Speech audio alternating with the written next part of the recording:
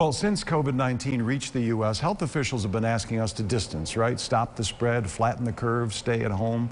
But isolation can certainly have an impact on people's mental health, something that those at Arise are working to provide resources for. That's where Julia LeBlanc is live this morning.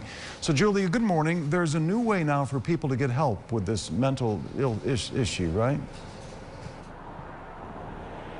There is, Dan. Good morning. Now, those here at Arise Syracuse have now opened up a new telemental health program, and that's all thanks to new regulations by the state to now include both telephone and video conferencing as accepted forms of treatment. Now, this is how it works. While the clinic is still open, they're now treating most of their clients over the phone or through an app called Zoom. It's your basic video conferencing app where people can chat with their clinicians, and it has been approved by the state to be HIPAA compliant. That means it follows all privacy laws. Now, the clinician simply sends a private link, including an invitation to chat on Zoom. If the person doesn't have the app downloaded already, they'll be prompted to do so.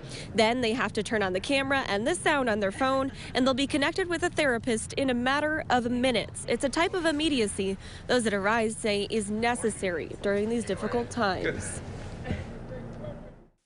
It's tough to process without that social component where maybe you would go to a friend's house and decompose, or you would go to a family member and, have dinner with them, and it would just be an easier conversation. Now people are feeling more alone.